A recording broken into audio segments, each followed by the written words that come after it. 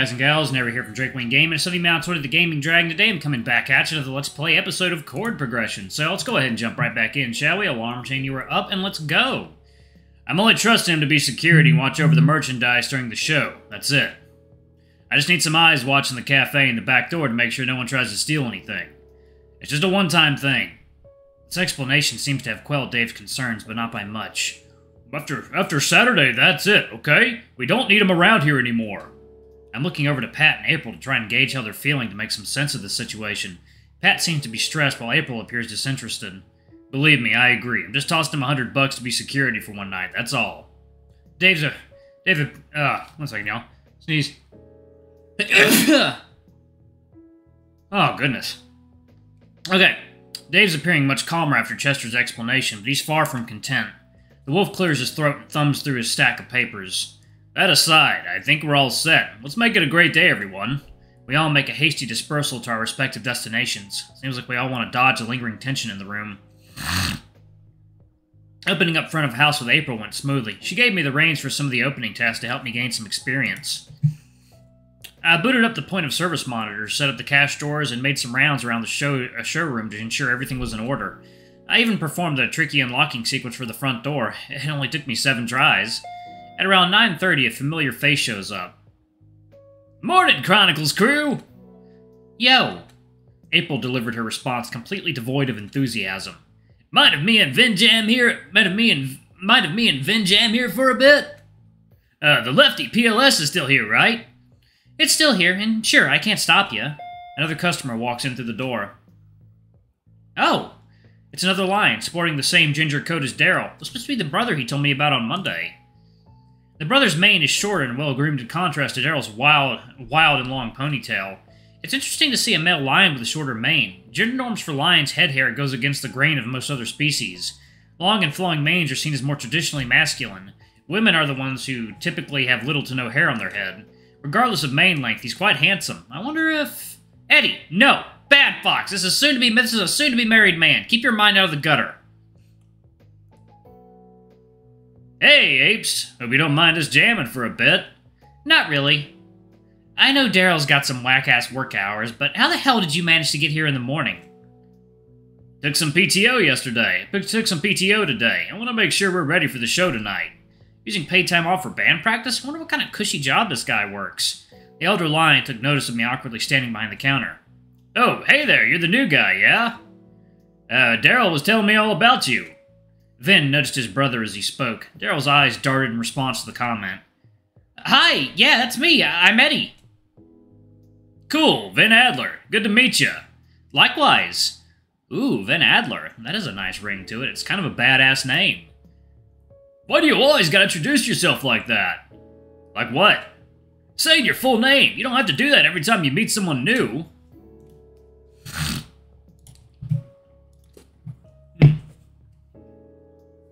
Why not? It's a badass name. Right? Well, so is Darrel Adler, right, apes? It sure is, bud. She delivers her response with her own unique brand of April's sarcasm. Usually sarcastic tones are over-exaggerated and goofy. April, on the other paw, packages her smart-ass remarks in an ice-cold, monotone parcel. Express shipping included. Uh-oh, do I smell trouble over here? Chester approaches us. Chester, dude, what's up? The two share a brief but forceful embrace. I haven't seen you in ages, buddy. How's the baby? Literally perfect. She's happy and healthy. That's all I can ask for. How are things going here? Same old, same old. A little short staff, though. Say, what kind of salary do I have to pay you to get your tail back in here, huh? More than what you're willing to offer, old man. Hey, you better watch till you go old, pal. By my count, you're the only dad here. Ha! The two chuckle. The room falls silent for a short moment. So, you boys ready for Saturday? No, not yet. We really need to practice today. Gotcha. Well, don't let me hold you up. You guys can go jam on whatever equipment you want for as long as you need. Ha! Will do. Thanks, Chaz. Vin waves to all 3 of us before following after his brother. For the next hour, the two were tucked away in the back corner of the shop and were jamming away. Oh. Darrel was playing the same guitar he obsessed over on Monday, while Vin played a very different-looking guitar. Vin's choice of instrument has a V-shaped body, while Darrel's has a traditional body style with 2 horns. Ben's also holding the guitar the way most people hold the instrument, which was mirrored to how Darrel was holding his. The two aren't just doodling and jamming next to each other, they're playing together harmoniously. From what I can tell, Vin is playing rhythm guitar while Darrel is playing the lead. The brothers are synced up very well in their sound and style. It's quite entertaining. So, I'm guessing Vin's another member of Carcinogen, huh? Yep. Sounds like he's really busy with working in his baby. How does he find the time to be in a band? Beats me. He's a little dense, but really good with time management. How dense are we talking about? Well, it's actually funny. Vin and Darrel each have their own unique brand of dumbassery. Vin is what you'd call street smart. He has a lot of practical knowledge, but he'd cry if you gave him an algebra problem. Darrel's the opposite. Supposedly, he did really well in school.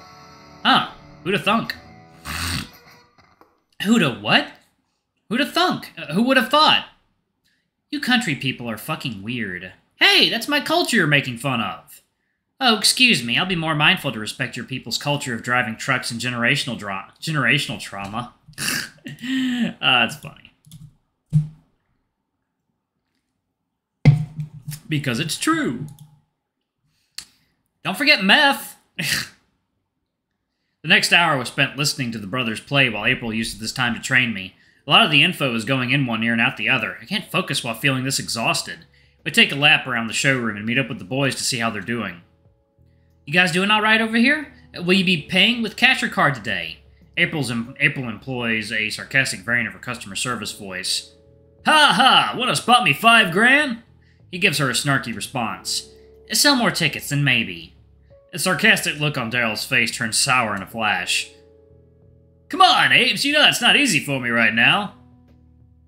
His brother placed a paw on his shoulder. Hey, don't sweat it. Leave the ticket sales to me. I got more than enough friends who'll show up. It must be nice. Well, if you want to wrap up your pity party, I do want to ask you guys something. Yeah, what is it? Cliff's planning a night out tomorrow. You guys in? Can't. It's my turn with Rhea tomorrow night. I'll stay home with you then. You're probably gonna need some help. Nah, dude, you should go out with your friends. Don't you need help, though? I can handle Rhea all by myself. You should go have fun. Maybe you'll meet someone new. That last sentence carried a teasing tone. Vin nudged his brother with his elbow. Darrel issues his signature pouty face in response. Okay, but I thought Cliff didn't like me, though. He directs the statement to April. Cliff barely knows you, dude. Yeah, but doesn't he hang out with Skizzy all the time? Skizzy? That sure is a name. Oh god, not Skizzo from Days Gone, right? Not really. They play tabletop games together, but they're not hanging out all the time. And Cliff doesn't bother with all that drama bullshit anyways. He said you could come. The lion ponders for a moment. Alright, I guess it could be fun. We're just hitting downtown, yeah? That's what it sounds like. And Darrel turns towards me. You coming too? That's the plan. Sweet! Guess I'll be making good on my suggestion to show you around. Yeah, funny how that worked out. He stares at me quizzically for a moment. Hey, you alright? You look like you're ready to pass out. Yeah, it's not inaccurate. The muscle pain made it hard to sleep. Oh, damn! Sorry to hear that. Well, the more you go to the gym, the less it'll hurt. If you want to make it a routine, you can always go with me. I've been a little lonely since this guy fell off the bandwagon. It was Darrel's turn to nudge his brother. Yeah, no, you only get me for Carcinogen or the gym. Once Rhea's in grad school, you can have me for both again. Think she'll make it that far? Well, neither of us did, so I'm just hoping earning a college degree will be a trait that skips a generation. Aw, come on! You don't want her working at the old paper mill with her dad, uncle, and the grandpa when she grows up? Second, y'all. It is water time. Alright, guys and gals, and we are back. Let's jump back into it, shall we? Okay. Darrel's now the one doing the teasing. I'd eat a bowl of thumbtacks before letting her anywhere near that fucking place. Hey, it's not that bad. We'll get her forklift certified and she'll have a blast. Yeah, it's all fun and games for you operators. It gets a lot less fun once you start managing a whole department. What makes you think what we do is fun and... I hate to interrupt this brotherly bonding moment between you two, but Eddie and I are going to get back to work. She walks away without another word and gestures for me to follow her. I'll see you later, guys. Later, dude. See ya. The brothers continued to jam while April resumed her instruction. It was about as effective as it was before. Pat makes an appearance just shy of 10:30. Hey, you ready to go? Sure, let's get... Yo, Pat! The lion shouts from across the room. He places his guitar in a safe spot and approaches us. Hey, any chance you could jam with us on your break? Then need some help keeping time on FAFO. FAFO? What on earth is that? Nah, sorry. I gotta take Eddie home and grab lunch. We got plenty of time to play FAFO during practice tonight. Don't sweat it. Do you think that'll be enough? We can't practice tomorrow, and I want to make sure we nail this. We'll be fine. The song kicks major ass, and you've been working your tail off to make it work. We've been working our tails off. You wrote the damn thing. Yeah, but you play the hell out of it. Don't worry so much. Darrel doesn't seem convinced. Hey, I know you're nervous since this is your first time performing since we let you back in the band, but we're gonna shred you. We're gonna shred like we always do. The dog places a paw on the lion's shoulder. Darrel smiles in response to the gesture. All right, I'll feel better after we practice. I'll practice hard tonight, promise. The collie redirects his gaze my way. Ready to go? Yep, I'll see you two later. Rest easy, dude. Bye again. I said my goodbyes to everyone and left the shop. I climbed in the passenger seat of Pat's car and we began our journey back to the apartment. His car is a sporty sedan I spotted on Monday. It's a little cramped. The vehicle has 2 doors, 2 front seats, and a single row of rear seats. I feel sorry for any chimp who gets stuck sitting in the rear row. It's quite the compact space back there. With his smaller frame, Pat's able to situate himself inside quite comfortably. Meanwhile, my fat ass is starting to feel a tad claustrophobic. Pat keeps the interior of his car relatively clean, but isn't detailed to perfection like Chester's ride. The engine is a little louder than most cars, but the noise doesn't drown out our conversation. So Chester put you through the winger yesterday, huh? Kind of. I was mostly working out with Darrel and that piano player guy Chester had mentioned. Ah, yes, my fellow pianist. He lets out a juvenile chuckle. His name's Trey, right? Trent. Hey, Trent, okay. Haven't met the dude yet. How is he? He's a great player and a nice guy. It takes a little while to get warmed up to him, though.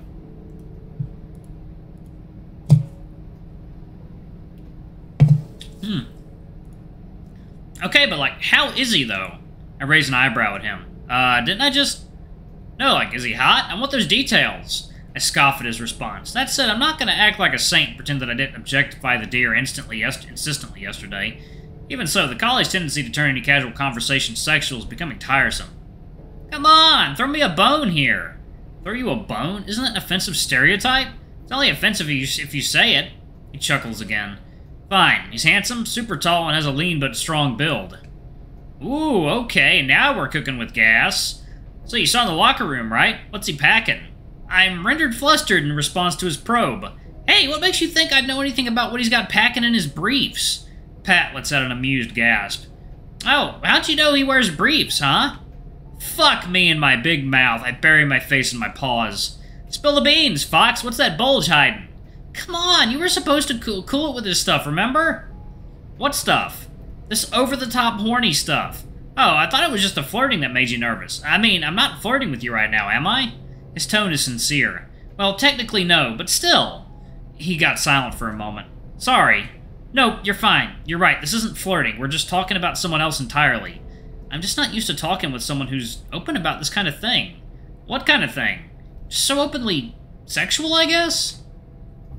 Alright, y'all, I'm going to go ahead and pause it right there. Thank y'all so much for watching. Don't forget to like, comment, subscribe, ring that notification bell, and check out our Patreon if you can. It always helps. Before I go, I'm going to give a quick shout-out to our lovely bronze tier patrons. Thank y'all for all I do for the channel. We greatly appreciate your support.